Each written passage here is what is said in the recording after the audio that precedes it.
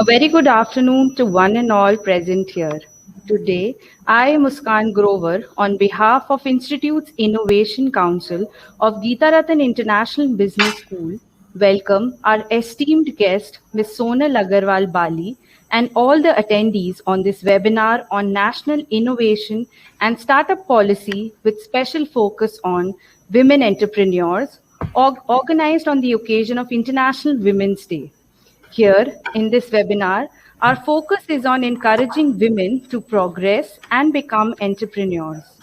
Women of today can achieve anything they wish. There is just a need of proper guidance and encouragement. Geetaratan International Business School was established in the year 2004. GIBS is affiliated to Guru Gobind Singh Indraprastha University, Delhi, and is approved by All India Council for Technical Education, Ministry of HRD, and Government of India for technical courses, and Bar Council of India for law course.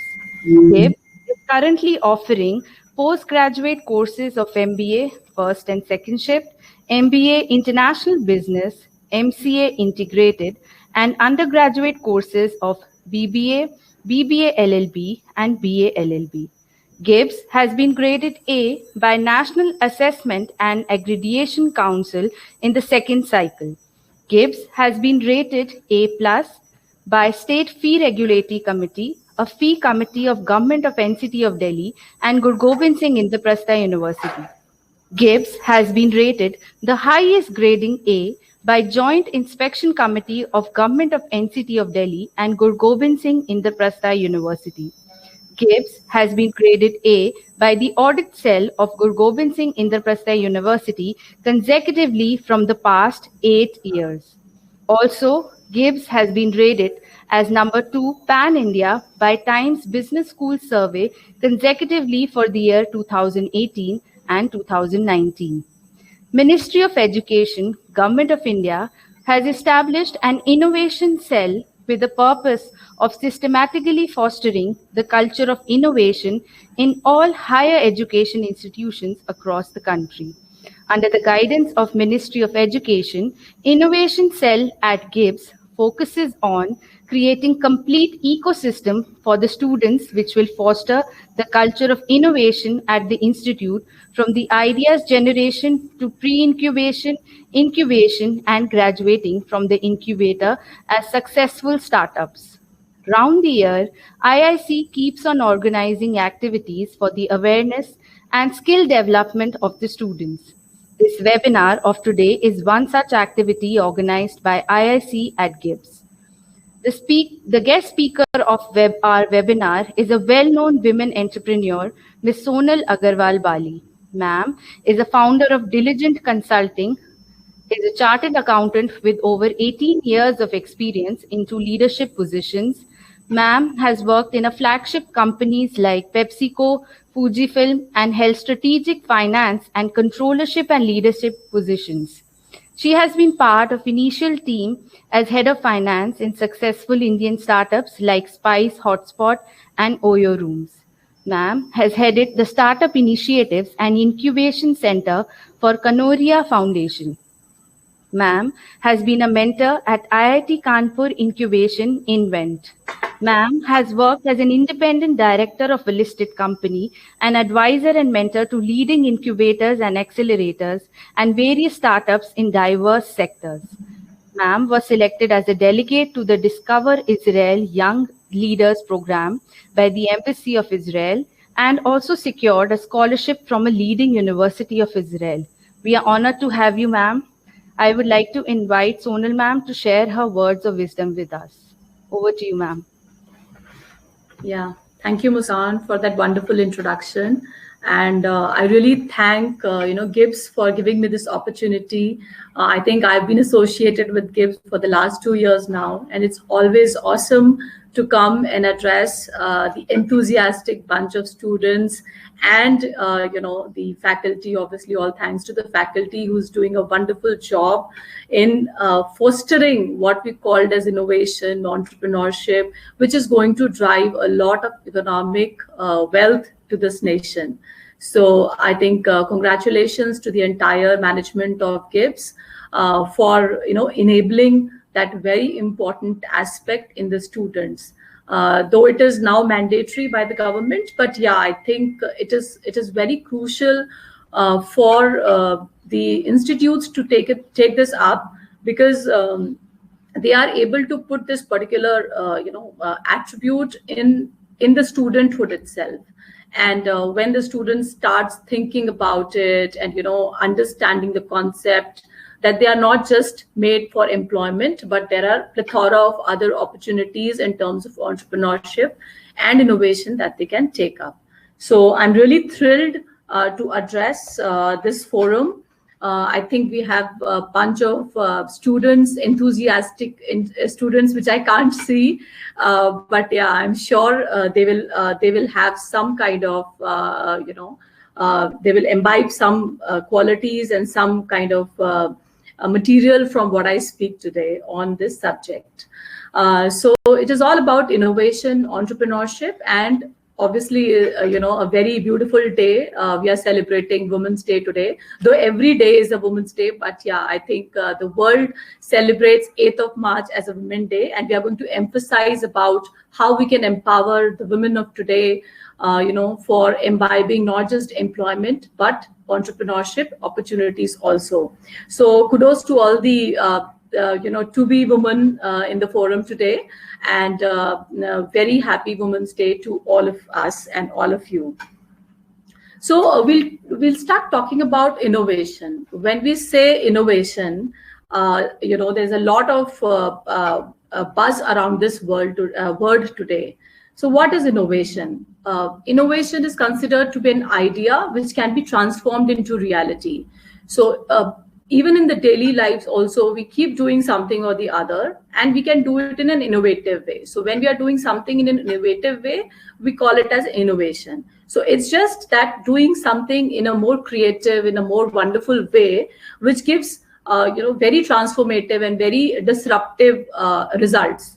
So in business parlance, of course, we can call that a business concept that has been activated, and it is giving some stupendous results, some very wonderful insights and innovation. When you apply innovation in your day-to-day life, then it gives better and faster results. And when you apply innovation in your business or in your professional life, it drives to efficiency and effectiveness. Yeah.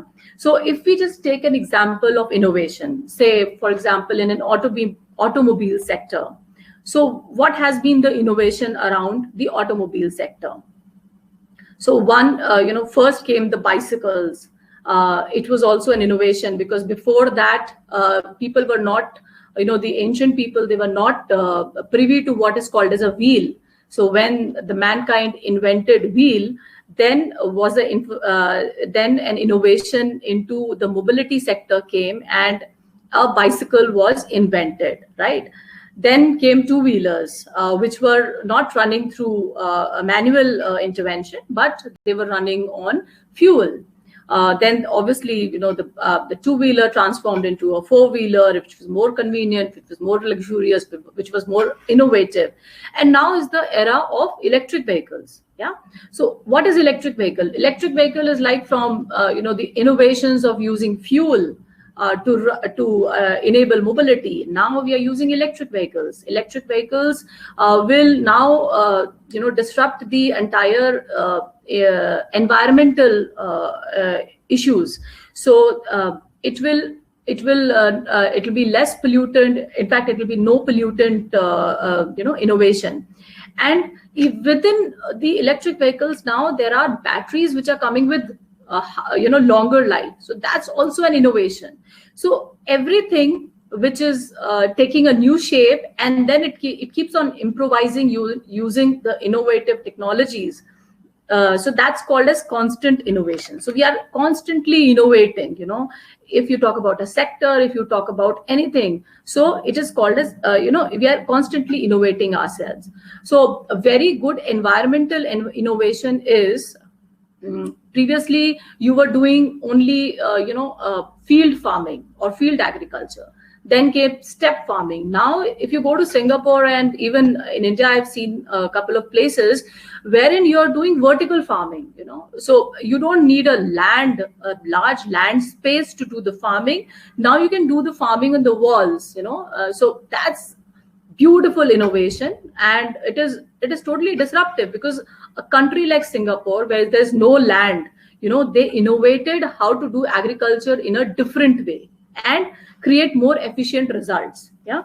So this is so anything which is creation, development, or implementation of a new product, or even of the existing product in a different way, that's the cycle of innovation. So you can create a new thing, or you can develop something, from the original. You can develop something better out of that, or you implement purely a new, process or a new service to do things in an innovative way.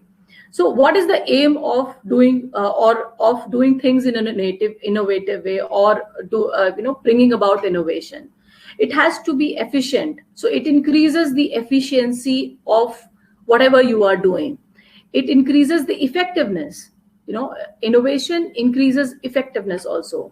It gives you a competitive advantage. So what your competitors are doing, if you start doing something in an innovative way, it increases your competitive advantage. Yeah. And then it is useful. So it brings about the usefulness of the product. So it becomes, you become efficient, you become effective, you have a competitive advantage, and whatever you are doing in an innovative way is useful to the world at large. So this is, what we call innovation. You can understand from your daily life also, and you can understand from the business perspective also. So innovation. So what are the types of innovation? What kind of innovations do you generally see? It can be an incremental innovation, it can be a disruptive innovation, it can be an architectural innovation, or it can be a radical innovation. So what is incremental? Incremental means increase. So you're doing something in a certain way, then you do it in a better way. So that is and that brings you incremental efficiency, incremental effectiveness, incremental customers, incremental competitive advantage, and it increases the usefulness also. So it is from one stage to the other, you applied innovation, and it becomes an incremental innovation. Yeah. Then you have disruptive innovation. What is disruptive innovation? You are doing something in a entirely different way, in a disruptive way. So you have a problem and you solve that problem in a very new way. So that is bringing about disruption. So that innovation is called as a disruption. Then you have architectural innovation. Architectural, as I gave you the example of this Singapore style of farming and putting the plants. So that's an architectural innovation. So whatever you see in the R&D, the infrastructure, they are doing so much of innovation. All these ceilings that you're seeing. Previously, there used to be a lot of pillars, but today you see no pillars. There's one point of contact and the other point of contact, and you see a huge infrastructure standing. So that's also an innovation, and that's an architectural innovation. You're bringing about the change in the caricature of something. Yeah. And then there's a radical innovation. Radical innovation is, entirely new thing that you're doing, and you're doing in a certain way. And it was never recognized. Say, for example, online shopping. At one point in time, there was no online shopping concept, right? So when it came, it was a total disruption or a total radical way of doing something. Right. So even EVs, you could just, your toys used to be electrically enabled, but now your vehicles are electrically enabled. Right. So that's a radical way of doing something, or a radical innovation or a disruption. And this innovation can be done into product. So you can bring about an innovative product. The innovation can be in the process. So you do a particular thing in a certain way, and you change the process, or you innovate the entire process. So that's called as bringing innovation in the processes. And then you have business model or a service oriented innovation. So you bring about so many services, like for example, digital transformation. That's also a innovation into financial inclusion. So people started now using digital money. Previously, we were using only bank transactions or cash transactions, but now you can digitally transfer your money. So that is a business model or a service level disruption that has been brought about by the innovative founders or the innovative business people. Yeah. So now why innovation is required? If you don't innovate, you'll be living in, a very standstill kind of a world. If you don't, even when you're studying, you want to do certain new ways of studying. So you keep on innovating, you keep on challenging yourself to do certain thing in a certain way, or to do certain thing in a different way, right? So I think innovation is very, very essential, not just in businesses, or in entrepreneurship or in jobs, but also in your daily life. So the concept of innovation is very important for all of us to understand and imbibe. Yeah. So anything which you do, so why is it essential? It increases your productivity. So I remember as a student, we used to learn the definitions, and it was very difficult. I was never a person who could mug up. So how to then write, because definitions you can't write in your own words. You have to define something. Even if you have to define, like for example, a question comes, what is a noun? So you have to put the definition, which is bookish. You can't write noun in your own words, right? So what is the innovation that I would apply to learn? Because I can't mug up. So I used to write the keywords, and then first write the keywords, then put the initials and understand those initials. So for example, like a woman, W is for wonderful, O for obedient, M for marvelous, E for empathetic, and N for maybe naughty, right? So I would just try and learn those first words in a sequence, and then I would remember what did W stand for, and what did O stand for, and then I would be able to phrase that sentence. So that was an innovative style which I imbibed for myself, or I kind of started doing for myself to learn the definitions. So that's where the innovation kicks in, right? Even in the kitchen. So when you're making food, every day if you are doing something in the same way, then you get bored. So how do you do innovative cooking? So you go, either you apply your own mind, or do some innovation in the kitchen also. Even in house decor, you're bored of one kind of setup of your room, so you try and change the look and the feel of the room. So that's also a small innovation which you are applying in your daily life.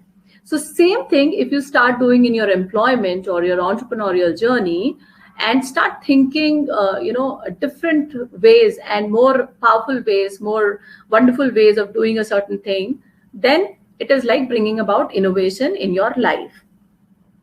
If you talk about Google, Google is the most innovative company in the world because it has put innovation as its main mission. So the main mission of the company is to be innovative. So they have empowered all their employees to bring about that innovation in their daily life of working, and also to keep on sharing the thoughts while working in the company. If anything which is different, which is innovative comes to their mind, it is not limited to the junior employees. It is limited to all the employees of the company. They have been given or empowered with that one word, innovation. And anything which comes to an employee's mind, they have a platform where they can share their thoughts, their ideas, and if the company finds it good, then obviously they will try and imbibe that in the company. So that's the mission of the company. So similarly, I think all the institutes, everyone should imbibe innovation in their daily routine life, so as to increase productivity, increase profitability, increase their market share, increase visibility, everything will then take its own opportunity over there. There are a lot of everything has a pros and cons. So we talked about all the good things about innovation, yeah, but then there are certain risks also associated with it. So in daily life, you did your room and you didn't like, so you'll have to redo the room again. If you cooked something too innovative and your parents did not like it, that means that's a risk associated with innovation. Similarly, in a enterprise or in a company parlance, you innovated something, or you did some innovation, but you failed to meet the expected results, then the entire innovation has gone for a waste. You innovated or you ideated something, you brought about an innovative idea, and you failed to attract customers. That means your innovation is not required by the consumers, because if there are no takers of your idea, then that means it's not a innovative idea, or your innovation has gone for a waste. I will not say that it wasn't an innovative idea, you thought something out of the box, but obviously it didn't work. And sometimes some companies or countries invest too much into innovation, and they fail, or their projects or ventures, they're not successful. So sometimes you end up investing into an unsuccessful innovation. Yeah. So I think a lot of defense. In fact, there was a moon lander, from India. So it failed. So that doesn't mean that the innovation has failed, but there is a scope of improvement. Yeah. So there is some innovation still required. So that is why it failed. Otherwise, if it was the right innovation, it would have not failed. So there's always a scope of improvement if there is a failed innovation that has taken place. Talking about India, because we are going to be emphasizing more on India, how India has taken a step forward in terms of innovation. So in 2010-20, the government had declared India's era of 2010 to 2020 as the decade of innovation. So previous to that, India was not innovating. It was just a service delivery country, I would say. So now it is one of the most innovative countries in the world. Yeah, in the recent years, I would say more importantly from 2010, when it was declared as a decade of innovation, India has taken up a lot of innovation challenges. So the government has been very active, and it has now kind of transformed from a tech borrower to a tech innovator. So before that, India was just kind of, if you remember your childhood, or if I remember my childhood, I would remember that everything in India was imported. And there was no innovation going on in India. It was generally just borrowing technologies, borrowing the concepts from outside, from Japan, from US. Everything was coming out from the foreign imports. So it was borrowing a lot of innovation, but it was not doing innovation. But in the last 10-15 years, India has taken a very good stand on innovation, and now it is becoming as a most innovative country in the world.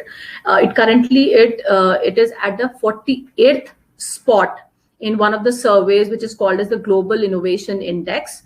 Last year in 2020, it was on the 48th spot of the Global Innovation Index in the top 50 innovative countries. So it was good. At least we made entry into the top 20 countries.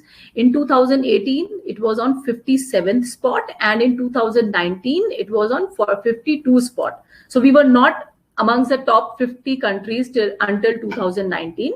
But in 2020, we have entered into top 50 countries, most innovative countries of the world. And I am sure the way we are going, and the way, like for example, even IIC has been formed with the same mantra that you have to,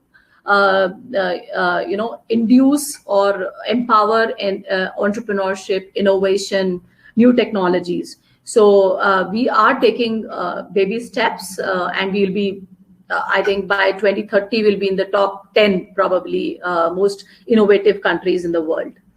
And also one of the indicators of saying that India is becoming innovative country in the world is that a lot of these countries are putting up their global research centers in India, which means that they are seeing that India is one of the global innovator, and hence, and this all goes for to the current generation, because this current generation in India is very, very innovative. They like to think out of the box. They don't want to depend on other countries for anything. There's a lot of entrepreneurship enthusiasm which has come out. So I think kudos to all the young generation of the millennials and the generation Z of our country, which is going to take this by leaps and bounds, and not by the kind of linear way that we have been taking in terms of innovation and in terms of creating new technologies. So just to give you a perspective that who are the most innovative countries in the world. So South Korea, Switzerland, Israel, Sweden, Japan, US, China. So these are some of the top countries which are really very innovative, and they indulge into innovation at a very, very large scale. So we as Indians, we have to imbibe that stand. Otherwise, we will not be able to compete with these big players of innovation in the market. So today, I understand that in terms of startups, India is the third largest startup ecosystem in the world, after I think US, China, and fourth I think is Israel, or fifth is Israel. So what we have to do, we have to really come up so that we can, from innovation point of view, we are 48th right now. But if you talk about the startup ecosystem, we are almost the third strongest ecosystem of startups in the world.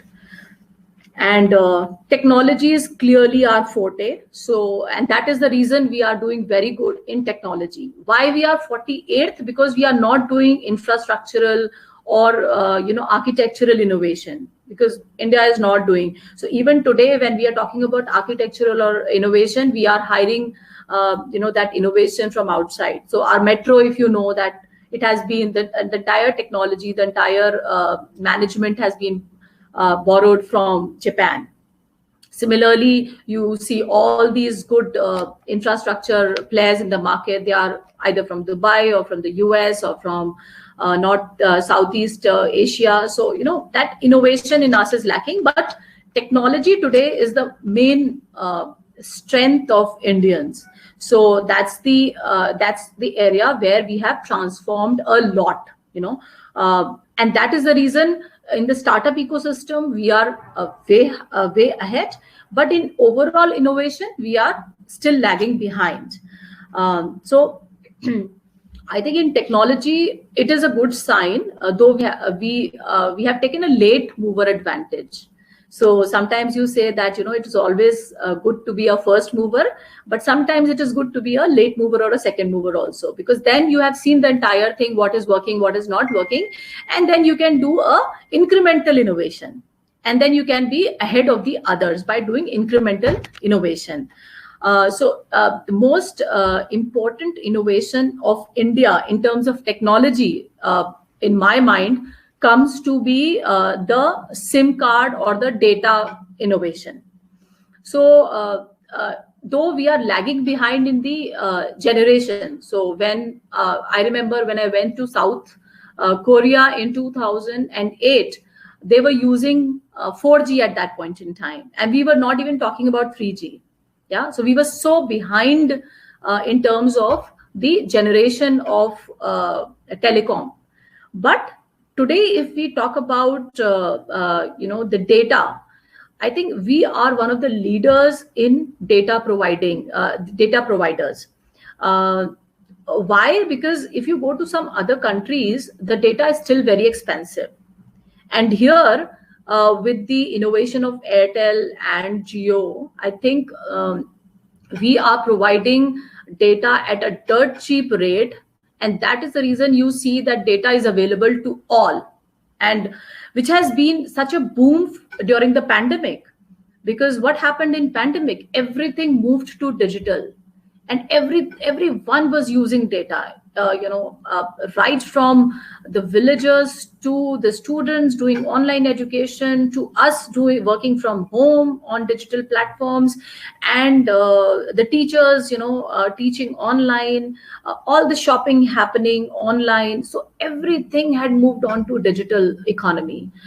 If we were not prepared, or if we were not so innovative, then we would have not survived this pandemic in a big way that we have been able to manage pretty well, I would say.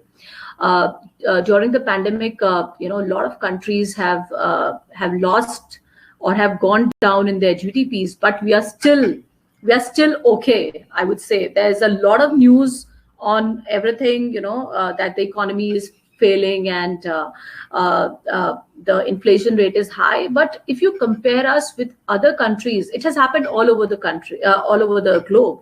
So we are still way better than the others, because we could survive the pandemic because we had cheap data plans, and the data, everything had moved digital, and we were able to manage our livelihoods through this.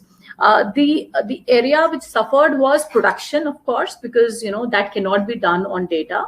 So production, manufacturing, everywhere where a human interface was required, that did not do well, and because of that, the entire the ratio, the balance between the two sectors could not keep up the pace. So one is technology, one is production. So production we failed, but technology kept us moving and made us stronger in the pandemic time. So obviously, as I said, production still lags in India. So the innovation in production is still lagging, and we are only kind of copying the technologies in terms of production. And that is the reason we are too much dependent on China, because China has got a lot of production innovation that they are doing. And that is the reason they are able to manufacture it in cheaper rates than us. Make in India stuff is still, very expensive. And that's because we've not been able to innovate largely in the production sector or the manufacturing sector. And that is the reason the government is focusing on Make in India. Make in India is a concept wherein the government is saying that whatever you make in India, you register yourself in Make in India policy, and then whatever so government is giving a lot of initiatives and a lot of incentives to do in India and not to import from outside. So this will enable the entrepreneurs of India to start manufacturing in India, and then the dependence. And obviously, when you start doing something, you will obviously innovate. You will try to increase the efficiency. You will try to, have competitive advantage over your competitors. So this will lead to innovation. But today, what is happening that people are not. So whatever manufacturing is happening in India, it is all for the foreigners. So Samsung has the plant over here, Xiaomi has a plant over here, all the world-class cars have the plant over here. So we are basically manufacturing for them, but we are not Tesla, we are not producing our innovative mobility in India. So that is the reason government wants us to start manufacturing. The moment we start manufacturing more, we will start innovating more, and then the balance between technology and production will also start improving. So what has been the advantage in India? So as I said, technology, why technology? Because India has got a very young population, and this generation believes into technology. And because we have a young population, people are switching on to technology. So the technology piece of innovation is rapidly growing. It is seeing a radical change. Yeah. And we have a good percentage of English speaking people. So if you see China, China doesn't have a lot of English speaking people. Even German technology is very good, but Germans generally don't speak a lot of English. And if you have to be world class, English is the language which really keeps you on the edge. So young population and English speaking population is actually giving us an edge to grow into all these sectors and to become the world power. And obviously, as I said, young population is innovative, they are technology thinkers, and that is the reason we are uh, increasing our penetration, increasing our visibility into the innovation sector. If you remember, BPO was the biggest innovative sector in service. So as I said, innovation can happen everywhere. So in service sector, BPO industry was the greatest innovation in India. So a lot of these countries realized that India has a young population, India has an English speaking population. So why not we put up the call centers or business processes outsourcing in India, because we are educated, we are intelligent, we are young, and we are able to work faster. So it was a big a boom in the industry of BPOs, and I think in the service sector, I consider it as the biggest innovation by the Indians. They took the advantage of their landscape and hence became very, very successful in that area. So what are the disadvantages, or why we are not able to be more innovative? So obviously we don't have that scientific talent in India. So all the people who are having some kind of qualities as scientists, they generally go out. So either they go to NASA, they go to other places where they get value for their attributes. And that is the reason India is not having a lot of scientists in-house. So if you go to NASA, there's an Indian community which is working for NASA, but now they are no more working for us. So Indian innovation lags behind because all the talent is being flushed out of the country because of the recognition aspect or because of money making aspect or whatever you can say. That's their personal choice. But yeah, the entire talent pool in terms of R&D is going out of India, and that is why India is lagging behind. And second very important aspect is the funding aspect. So in India, what happens that people don't have deep pockets, to invest, and innovation requires a lot of R&D and a lot of funding. So if they, so a lot of people are having ideas, but because they are not able to meet the funding requirements, then they are not able to fly off their ideas, and hence the innovation doesn't happen. So those are the factors which are lagging India behind in terms of innovation. Also from the government aspect, so these are personal aspects, but from the government aspect also, our government is not spending a lot of budget into R&D. So I think you understand what GDP is, the gross domestic product. So, the government, when it is making its budget, it allocates its budget into different sectors. So, like for example, employment, infrastructure. Maybe you have a lot of categories in which they are going to invest, like railway mein kitna karenge, defense mein kitna karenge, and all those investments are carved out of the budget. But they are only putting 1% of their GDP for innovation and R&D, as the government as a whole. The government policy is to spend only 1% of the GDP in R&D and innovation. So as a whole also, that's not a lot of budget to do innovation. And hence we are not able to sustain ourselves vis-a-vis the other countries. The other countries are spending 5% of their GDP, which is 5 times our budget. Like Israel, it spends almost 4.95% of their GDP in R&D and innovation. It is the most innovative country in the world, as in obviously it's a very small country, so in percentage it might not come into the top 5 or top 6, but the kind of innovation they are doing, it is phenomenal. And during the introduction, I think Muskan also mentioned that I had been to Israel as a young leader in a young leaders program. So I have seen what kind of innovation and what kind of disruptive innovation they are doing.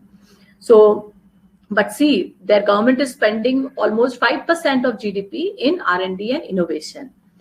Similarly, South Korea, they also spend almost 4.8% of their GDP on R&D and innovation. Switzerland, they do something like 3.5% of GDP spending into R&D and innovation. US and China is something like 2.5% of GDP into R&D and innovation. And India is doing only 1%. Yeah. So that's the reason, the government has to focus to bring about innovation. If they expect the population of India to be innovative, they have to give us funding support. So that's where, and that is the reason we are lagging behind. But nevertheless, I think the government has realized it enough. And now this time around, I think they are thinking of putting something like 2% into innovation and R&D.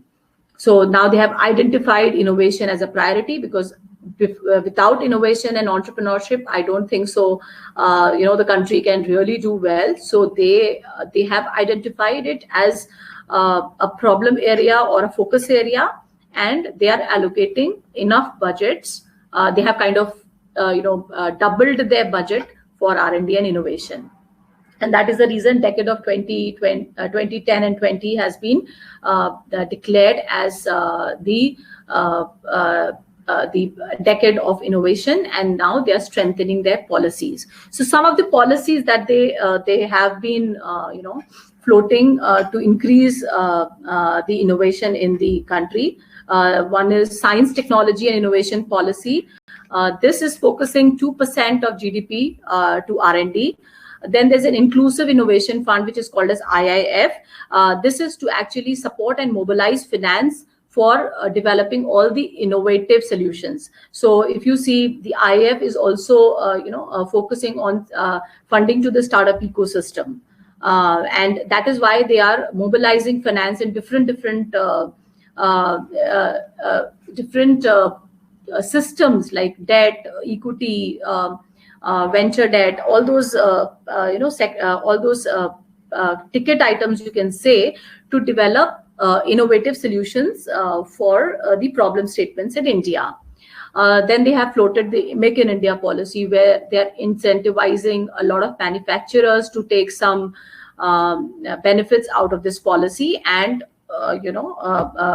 innovate their products, especially their products, and not depend on the external countries, or don't import too much of products and try to manufacture themselves in India. Then there's a startup policy, which is obviously focused to strengthen the ecosystem, the startup ecosystem of our country. It is to give funds for growth of startups and drive sustainable economic growth of the country. It also indicates generation of employment, because when you are starting off your own, then you create a lot of employment. So the startup policy also focuses on job creation rather than job seeking. Obviously, it is innovation and wealth creation. So if you start something of your own, you are creating wealth for your own self, right? But if you are working somewhere, you are creating you're co-partnering, or you are contributing to the growth of somebody else, right? So for example, if you start working for a Reliance, so Reliance will give you salary, and you will work in order to fulfill their visions, their missions, right? Not your own mission. Your mission will be like to earn today 5 lakhs rupees a month, to earn a package of 5 lakh, then to earn a package of 10 lakhs and a 15 lakhs. So that is your growth journey in employment. But Reliance thing would be, or Reliance vision would be, to create a company of $1 billion, or to create a company of $10 billion, or to create more verticals in the companies which increases the valuations to maybe 100 billions. So that is the kind of vision that you are contributing to while you're employed. And if you do something of your own, then the vision is to create a wealth for yourself. So whatever is the risk and the reward, it is for yourself, not for anybody else. Yeah. So coming back to the government has also created a 10,000 crores of fund, which will be invested through venture capitalists on specific terms and conditions, to be given to startups for innovation and starting of new ideas. Yeah. So when we talk about innovation comes from entrepreneurship also, which is the largest pie of innovation. And entrepreneurship means that you are creating job for the others. India, you'll be amazed to see that in spite of the pandemic and the other factors, India's unemployment rate is something around 9%. I'm talking about December 2020. So, which is not very bad. In other countries, the unemployment rate has, during the pandemic, it has gone up to 20% also, right? So India has been able to revive the unemployment rate. It's around 9%, which is obviously very high, but still not too bad as compared to the other countries. Yeah. So entrepreneurship is obviously, what is entrepreneurship? Entrepreneurship is setting your own businesses, take the financial risk and take the financial reward also. So when you are putting up something or you're setting up something, you know that there's a risk associated with this, but then there's a hope of profit. There's a hope of economic wealth creation also for yourself. So anything when you do, you do it with a trust or a hope of creating something innovative, doing something in a different way, and hence creating a value to yourself and to the country. From a job seeker, you become a job creator. So when you are an entrepreneur, you become a job creator. So if you start something of your own, you will be giving jobs to a lot of people who will be working under you, and you become a job creator. And you become a innovation driver also, because I'm sure today's people, today's students, wannabe entrepreneurs will not do something in a simple and a straightforward way. They would want to do something in a different way, in a more innovative way, in a shortcut method, which is out of the box thinking, and doing a certain thing in a certain way. Not doing certain thing in a certain way, but doing a certain thing in a more beautiful way, in a wonderful way, in an awesome way. So those are the words I think the students of today want to, awesome and wonderful. Yeah. So who are the most, innovative entrepreneurs of today? So I think all of us know about Bill Gates. All of us know about Steve Jobs, creator of Apple. It's not that he was from today. Obviously, Apple was founded in May 1976. But yes, 76 till today, in 45 years, I think the kind of innovation Apple has seen, it is stupendous. It is really awesome and mind blowing. If you talk about India's ecosystem of innovation, Vijay Shekhar Sharma, who's the founder of Paytm, I think he has been a very innovative founder or an entrepreneur. He totally changed the way the money transaction takes place today. So if you remember during demonetization, when the currency was not getting exchanged, Paytm actually helped making a lot of such transactions. And because it was already there, it just had to kind of, take the benefit of adapting to the new problem statement. Demonetization had happened, and digital media was the best media. So how they quickly, took advantage of that position and became overnight billionaires. It was fantastic idea which took flight during first demonetization and second during pandemic. Even during pandemic also, I think digital financial inclusion was must. Even the village, even the vendors, hospitals, everyone was dependent on digital currency, and Paytm, etc. They did a wonderful job by taking that opportunity and making something very big for themselves also and for the country also.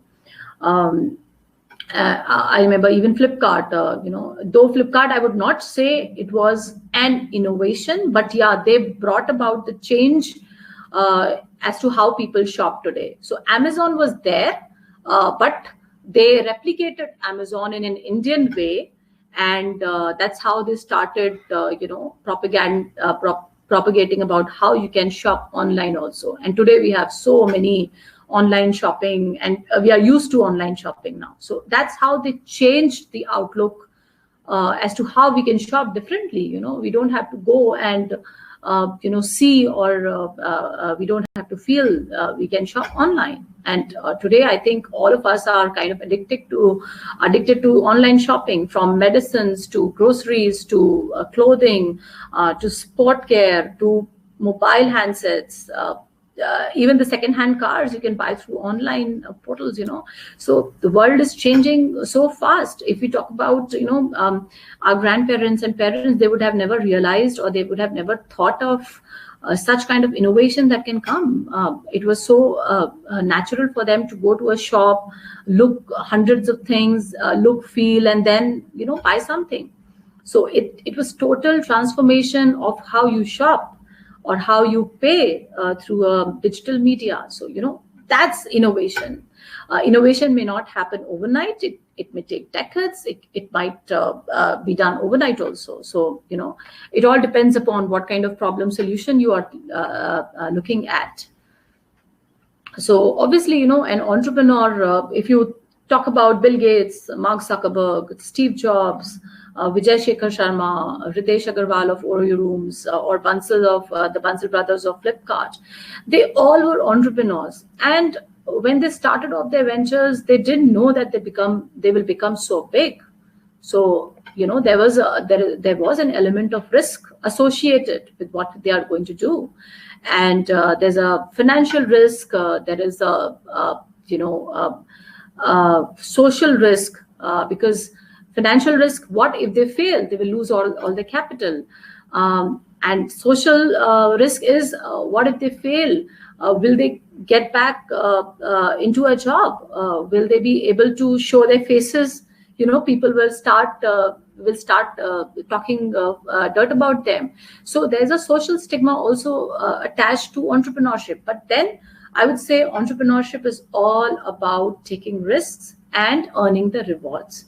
So if the risk, it is yours. If it's a reward, it is yours. Yeah. So I think in today's world, if you talk about entrepreneurship, innovation, it's not choice. It has become a necessity. If you don't, even if in a job, if you stop innovating, you will become stagnant employee of your company, and people will not look up to you. So you have to create, you have to be innovative all the time as to how you're doing your things differently. In entrepreneurship, you can be a small entrepreneur, you can be a entrepreneur of a scalable business, you can be an entrepreneur of a large business, then you can be an entrepreneur of a social impact business also. So small businesses, like you start off something and then you're running it in a small scale, then you want to scale it up. You don't want to run a business which is giving you only 5 lakhs a month. Maybe you want to make it 50 lakhs, then 500. You keep on increasing. So then you shift from a small business model or a small entrepreneurship model to a large and scalable business model. Then there are certain people who are only passionate about bringing about social impact. And that is the reason you see a lot of NGOs, a lot of these ventures today which has come up, and they are only focusing on social impact. So they do not think about risks and rewards. So financial rewards is not that they are thinking about. They are thinking about how they can change the problems in the society.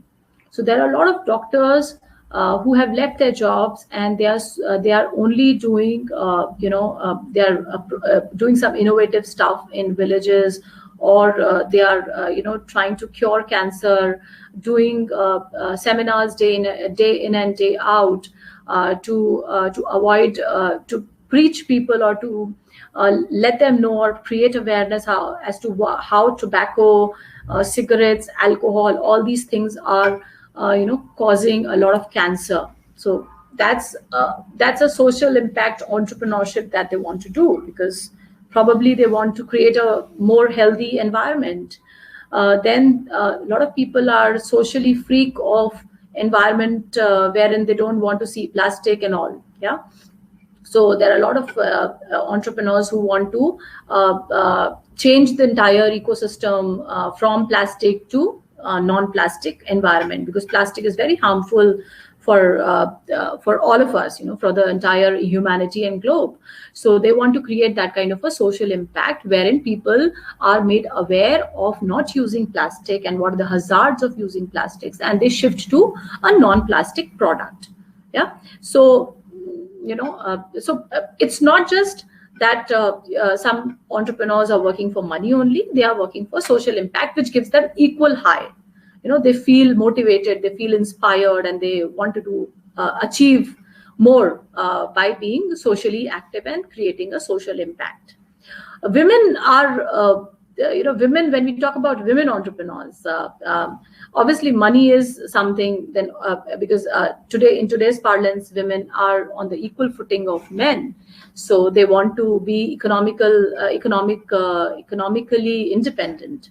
But when we talk about women entrepreneurship, it is mostly associated with a lot of social impact also. A lot of women, they want to create a socially impactful venture, and by the way, that also reaps them benefit. Yeah.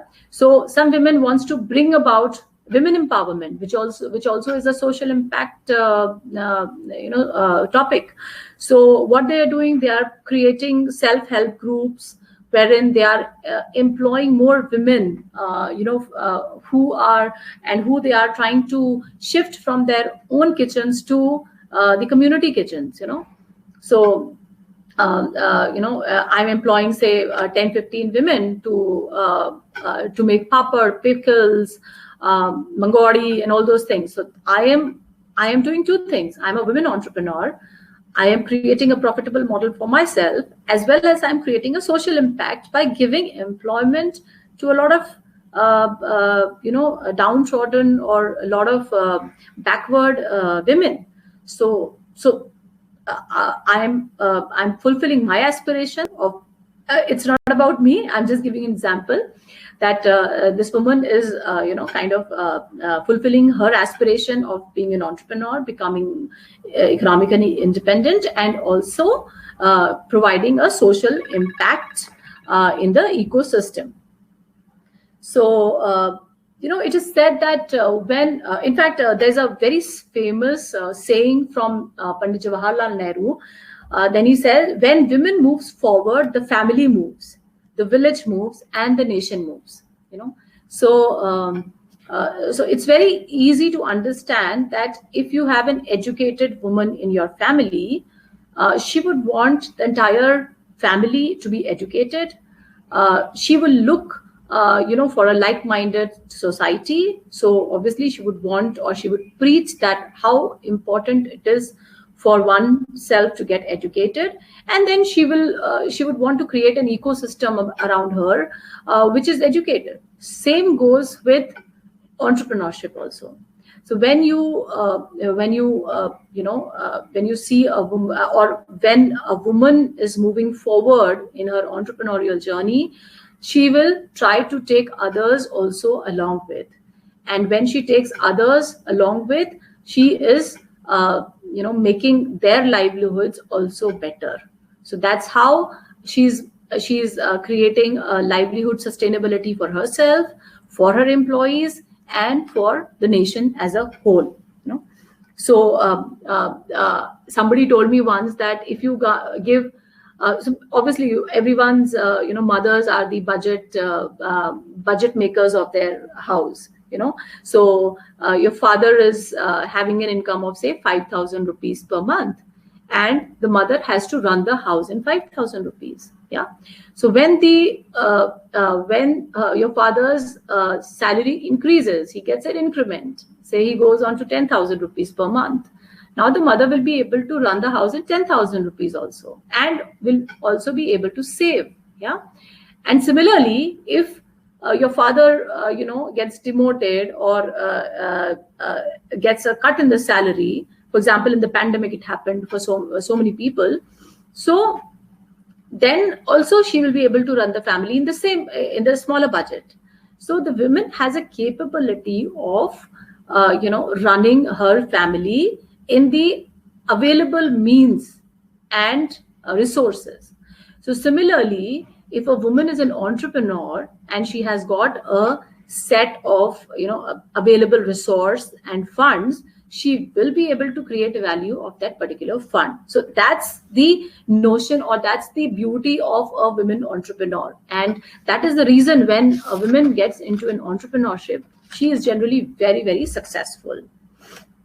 And she obviously will strive to create jobs and bring about economic sustainability, will look for profits because she would want to save. That's her normal nature, to save money. So that's how women in entrepreneurship are very successful.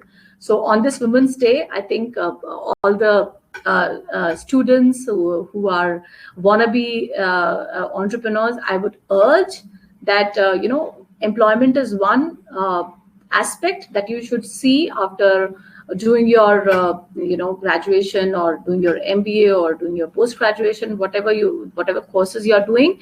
But entrepreneurship is also a very, very fascinating and a very good means of creating your own self, not just economically, but also your self-confidence and other things also. And there's a born entrepreneur in a woman. So I would urge all the women to actually go for this also.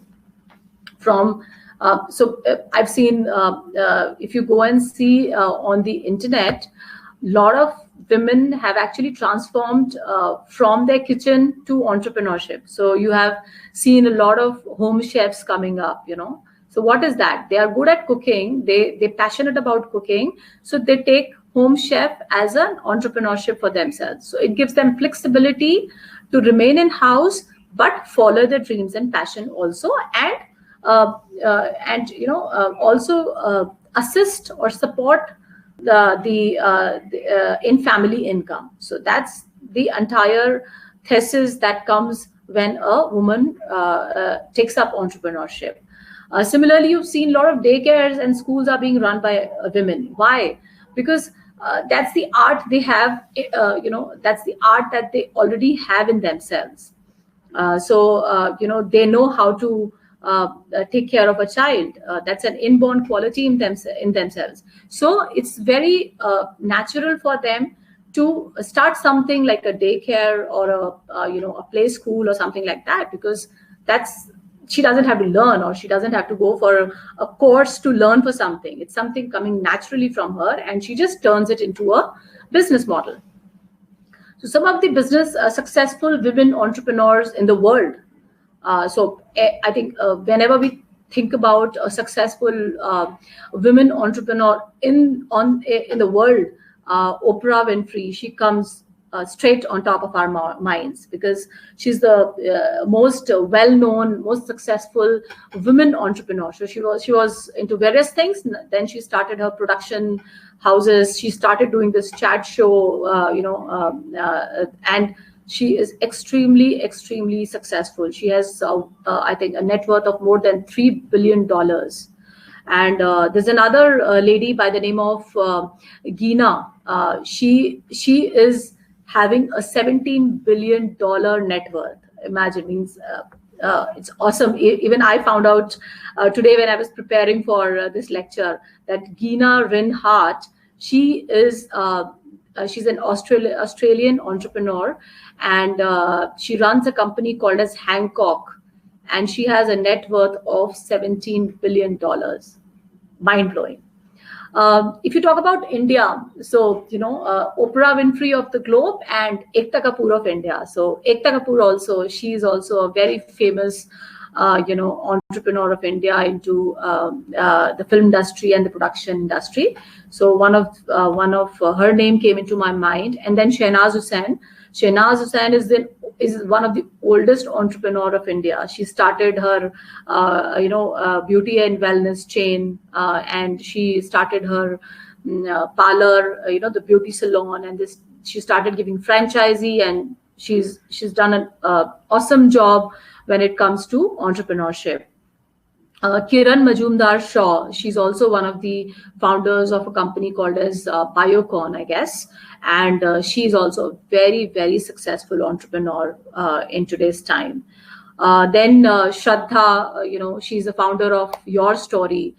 So coming back to the startups, so Shraddha is the founder of Your Story, and it is the most famous news letter or a news platform, a digital news platform, which gives stories about all the startup ecosystem and other things also. And she's a very well-known women leader in today's time. Yeah. Then there are founders of a couple of VCs which are women, and they are running a very good show. So I don't know if you've heard about India Angel Networks.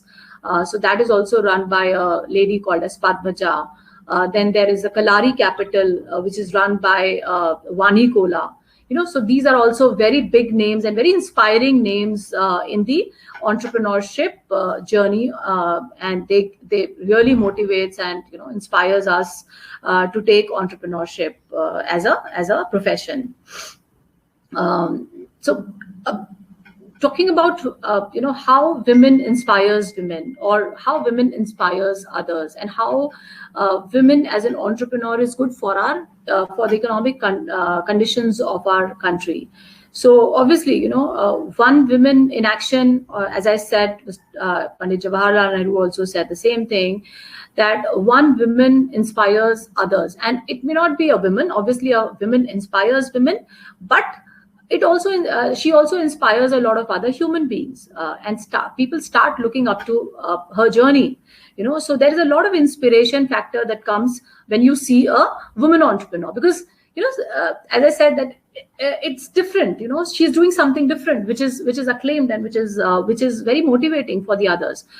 There are so many men in leaders that it doesn't.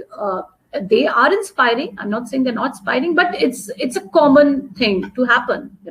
So Steve Jobs and Vijay Shekhar, all these are men, and they are very successful entrepreneurs. So when you talk about entrepreneurship, obviously men are the leaders in entrepreneurship, but not to lag behind. Women as an entrepreneur are also very successful, and they should also think on taking on this journey as their profession, or as their means of doing something to the ecosystem.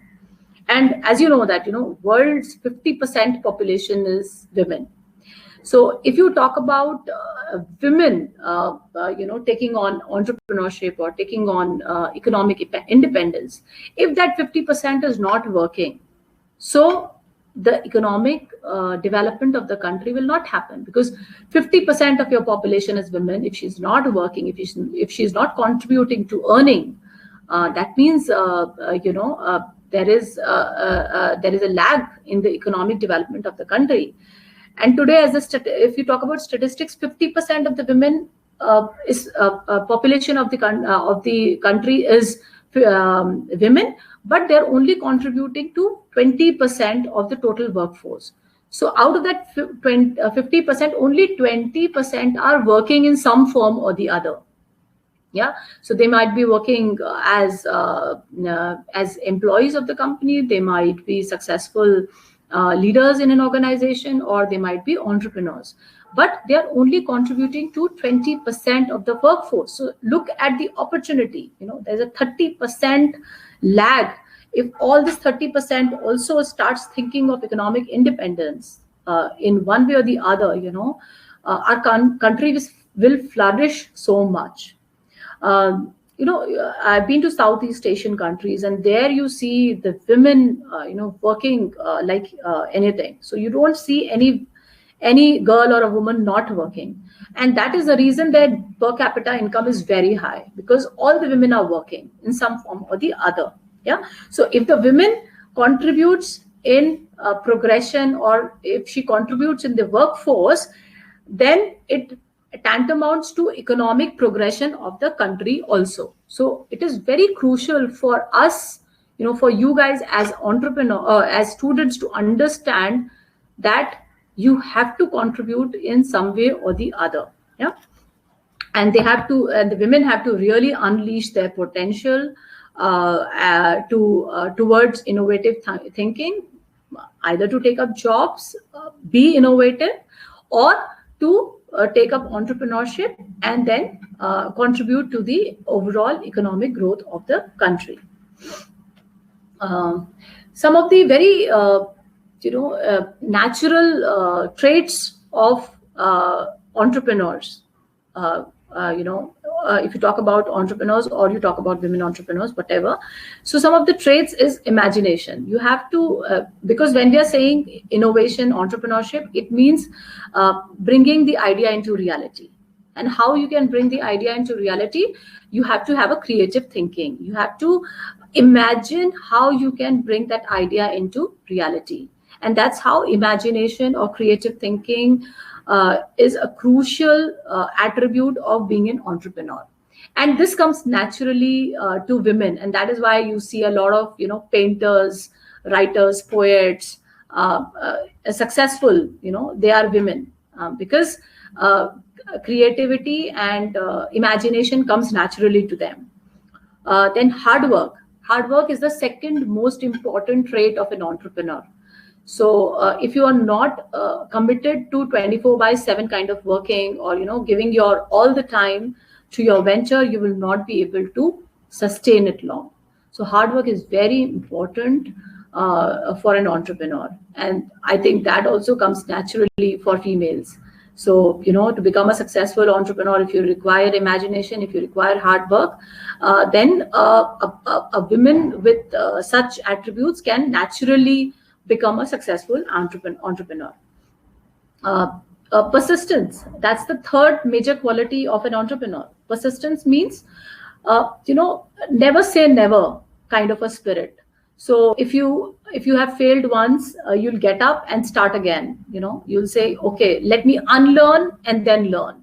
So that's the quality of an entrepreneur, that you should keep doing it, keep learning, never say never, and never say that I'm fed up, I don't want to do it. Don't retire, and keep on persisting, or keep on following your dream, which is called as persistence. Yeah. So that's the third most important attribute of an entrepreneur. Then fourth is that he or she should be able to take risk. So there has to be a risk-taking ability. If you are not able to take risk, if you don't challenge yourself to take risk, then you will not be able to be a successful entrepreneur. So you have to have that quality of risk-taking. And risk-taking means you have to be calculated. ये नहीं कि यार पता नहीं गिरूंगा तो जैसे कहीं से कूदूंगा तो बचूंगा कि मर जाऊंगा.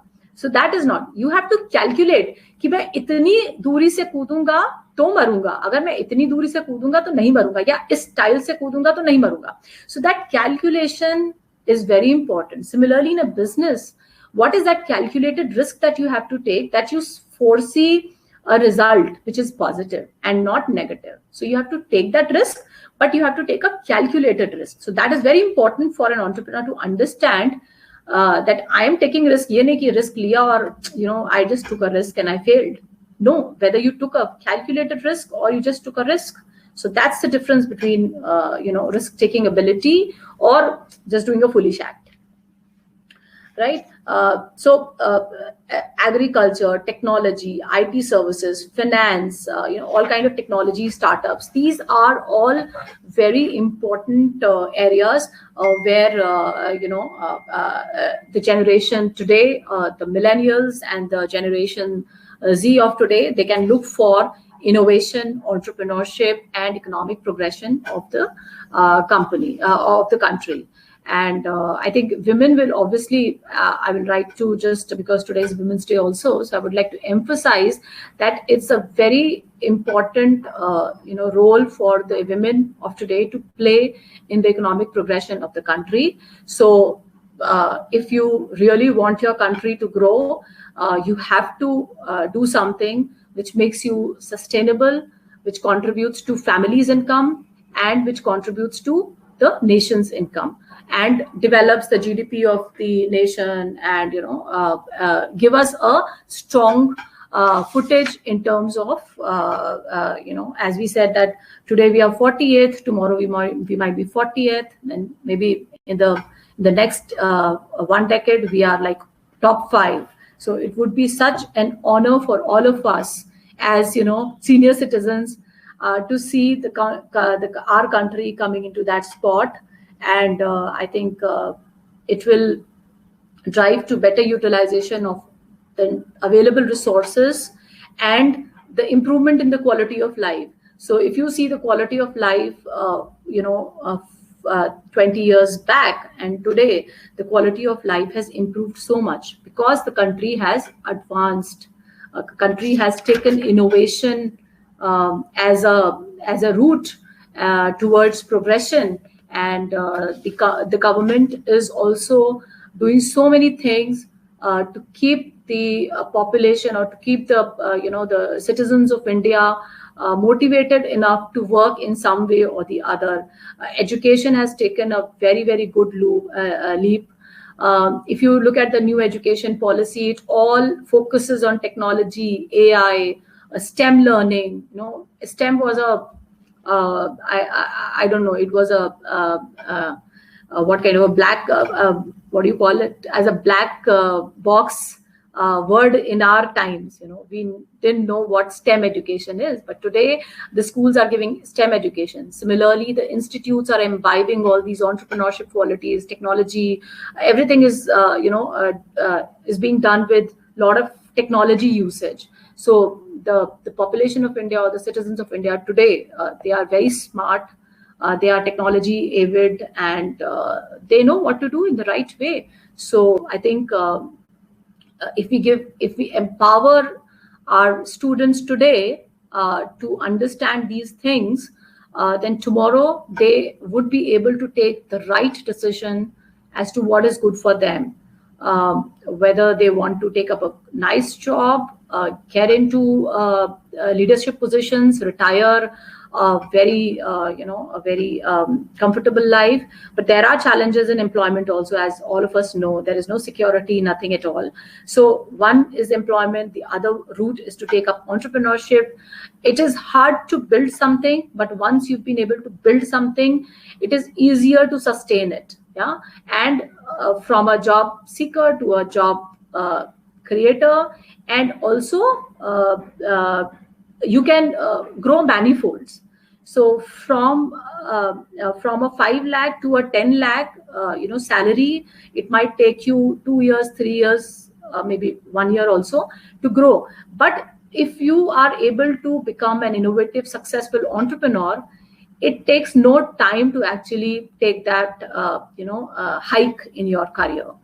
I have seen the startups with very small valuation picking up the round of funding, and then increasing their valuation to 10x, 20x, 50x in just 1 year. So that's the kind of leaps and bounds progression that you can make in an entrepreneurial journey. It is difficult initially, but it is result oriented. After you have kind of done the difficult task, or you pass those difficult years.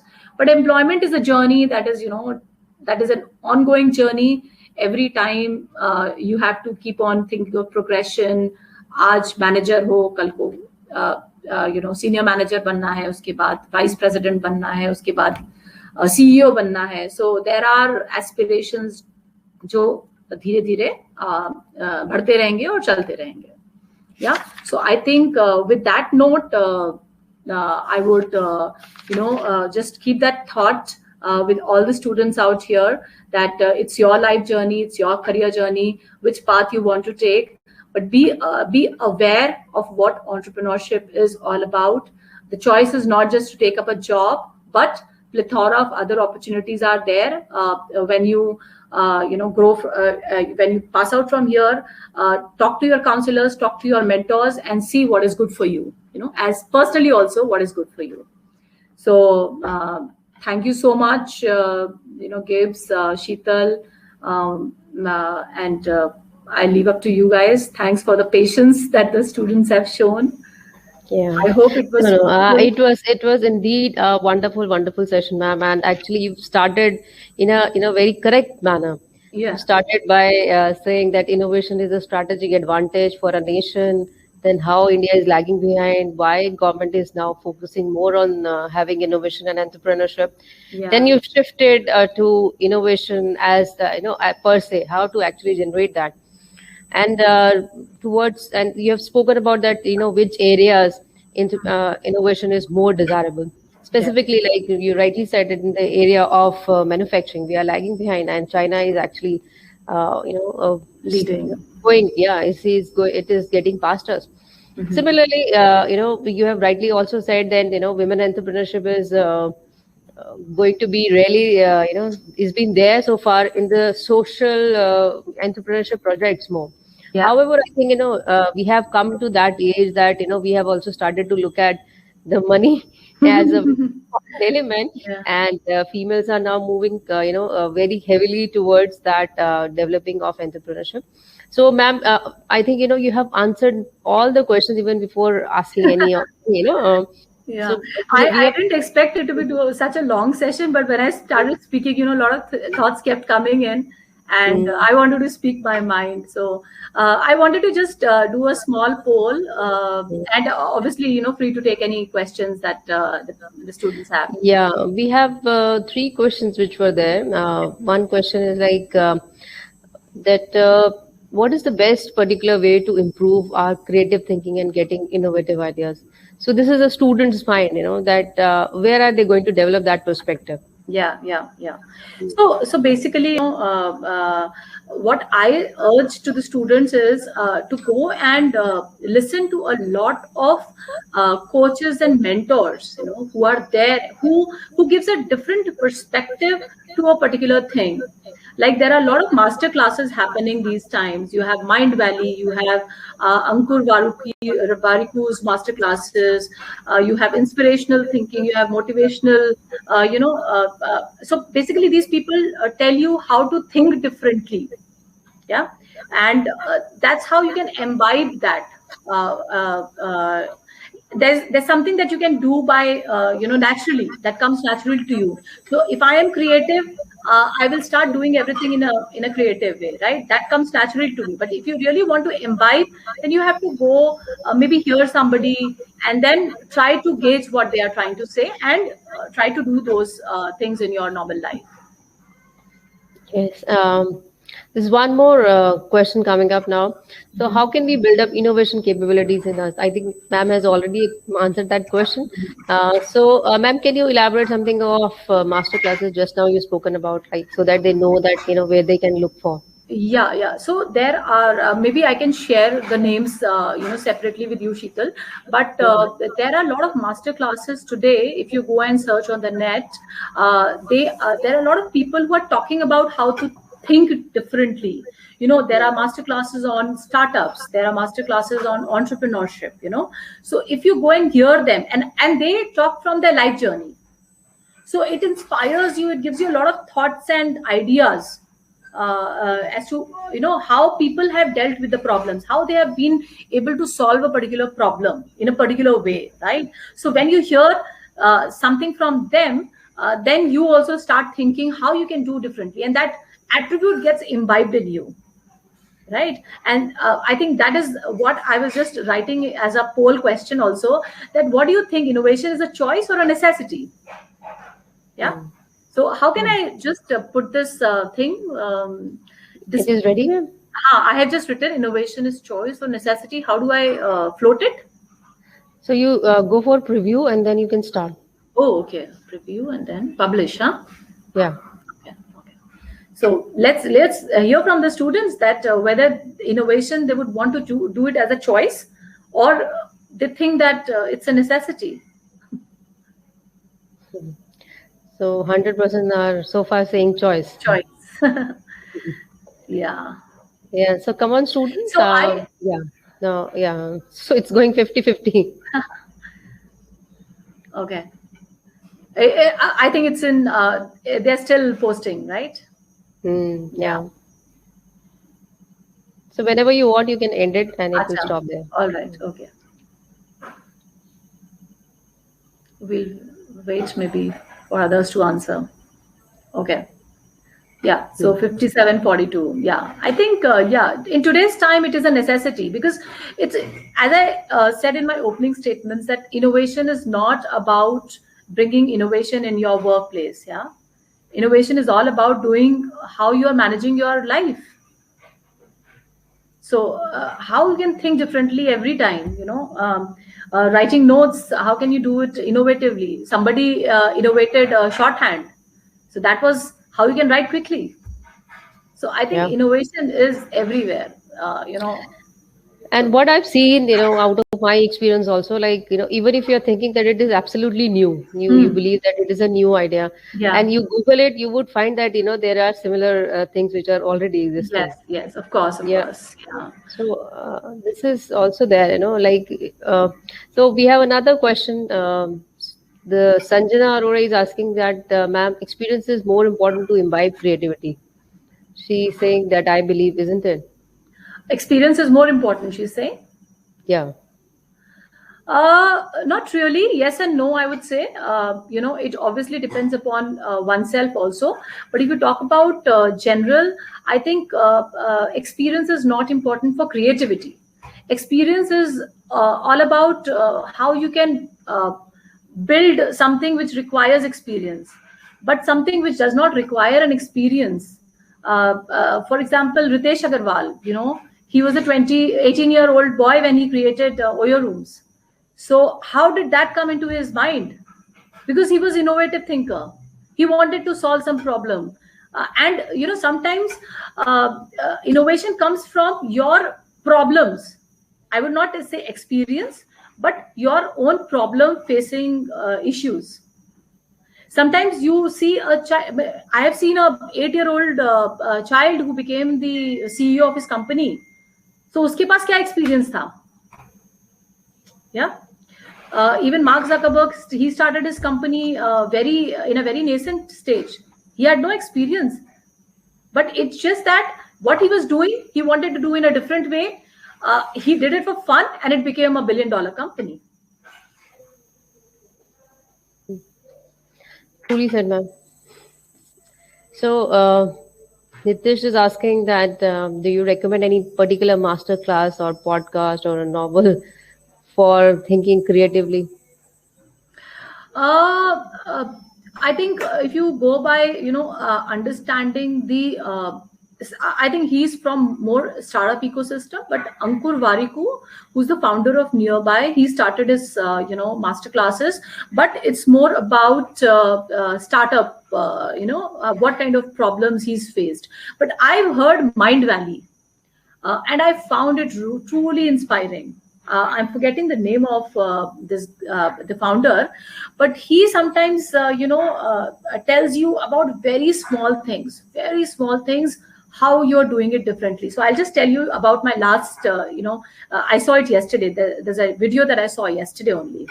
So whenever he's giving money, whenever he's buying something and he's giving away money from his pocket, he closes his eyes. Yeah. So why does he close his eye? So then he said in his masterclass, in his inspirational video, that there is a very successful entrepreneur. I think he's from Japan. His name is Ken. Yeah. So he created a $1 billion company, and whenever he used to do any money transactions, he used to just close his eyes and pray to God, and he used to thank his mentors, and that's how he believes that his money kept multiplying, because he always kept those people in mind who had helped him come or achieve this place. Yeah. So that's how he started this a small action of paying a gratitude, and which worked in his favor. So it's a truly inspiration for me, that now when I'm just exchanging money, I also thank my God, my parents, whosoever I'm working for, my clients, whosoever is giving wealth in my this thing. So it's inspirational, and it's also gives you a sense of satisfaction and motivation. It might not be entrepreneur related, but yeah, it made somebody become a billionaire. So what's the harm of doing something such a small thing in life, which can truly bring about a change in your life? Yeah, truly. One last question we'll take. Harpreet Bedi is asking that what changes in the education system needed to motivate students to think differently and or innovative, Yeah. and what are the key activities needed to sharpen students' mind to think creative? Yeah. So I think in today's time, if you go to schools, as I said also, that STEM education is which is coming out very distinctively, right? The entire education is being on the phenomena of STEM. So STEM is thinking about science, technology, electronics, and mathematics in doing your normal education. So how you can think scientifically, how you can apply mathematics, how you can apply science to a particular problem. So that's how the students have started thinking differently. So I'll tell you one of the thing that I just saw in a STEM class was that the students were told why a pizza is cut in 6 slices. So there is a scientific reason to it. Yeah. But we don't think about the scientific reason when we are eating a pizza. Why it cannot be cut into 4 pieces, or why it has to be round in size. Why it cannot be. Why I have seen pizzas. People tried to innovate a square pizza, but it did not work. So there is a scientific reason of having a pizza in a round shape with 6 slices. So the students are being taught such basic things, and start thinking scientifically, technologically. What is the technology behind it? What is the technology behind a drone? How mathematics works in your normal. So sometimes you think, see, mathematics to khatam ho gaya subject, ab life mein zarurat hi nahi hai uski. But mathematics is a subject which you will always use in life. So how will you apply mathematics? Even the distance from the moon to the sun is mathematics and scientific. So all those things, how you can think creatively, or how can you apply all these things. So I think agar ye education system mein aa jayega, to bachcho ke andar apne aap hi wo creative thinking and innovative thinking and different thinking, they will start imbibing all those things from a very nascent stage.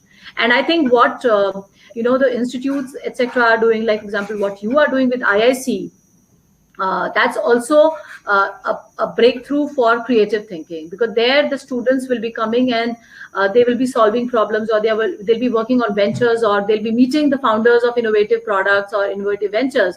So that will also get them to think things differently.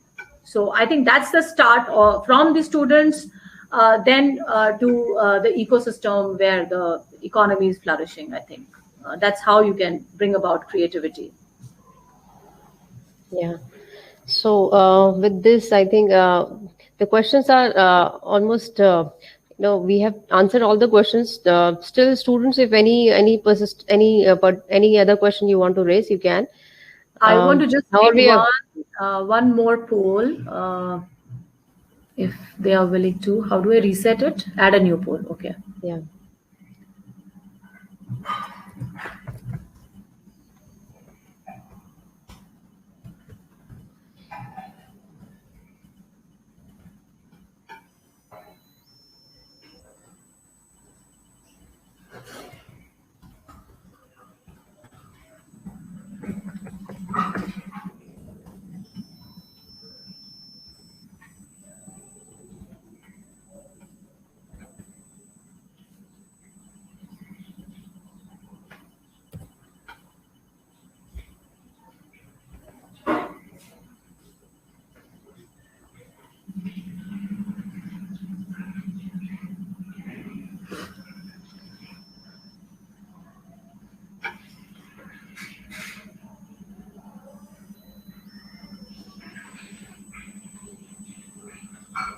So all are agreeing to the same. Yes, it is I think, indeed yeah. inspiring. Yeah. So Yeah. I think, Sheetal ji, I would want to kind of end on this note that if Mm, entrepreneurship is inspiring, then mm. the students should, go talk about or learn about the entrepreneurial journeys of some very successful founders, see what's happening in the ecosystem, which will inspire them more to think about it, to learn about it, and then finally do something in this area. Yeah, indeed, ma'am. And in fact, thank you so much for sparing your valuable time. And it was really, really Thanks kind so of much you. for having me here. It is truly awesome to Mm, address, the students. This time around, I'm not able to see them, but it's very inspiring when you see the students' face and they keep mm. on, Ditto for us, ma'am. We have been teaching them for now entirely one semester, not been correct, able to see them at all. Yeah, but it is just because of pandemic and safety is a prime concern. correct, In correct. any case, ma'am, thank you so much for sparing your valuable time and enlightening us with your words of wisdom. And it was indeed really inspiring. And your thoughts were absolutely in a complete, in a clear direction. And Yeah, as it has resulted in a very clear understanding on the topic. We would welcome your all suggestions in the IAC activities later on also, ma'am. sure, sure. Thank you so much. And Gibbs, and from the entire Gibbs family, from director sir, from the management side, I am extending my thanks to you, my vote of thanks to you, ma'am. So I think just say my warm regards to Director Sir also. It's been long that yeah, I met him. I hope yeah, everyone stays. Please stay mm, safe, healthy, and yeah, keep in touch. surely. Thank So you. thank you so much. Thank you. Bye Oh, bye. Bye. thank you all the students for participating and patient listening. Okay, Thank you. Bye bye. bye bye.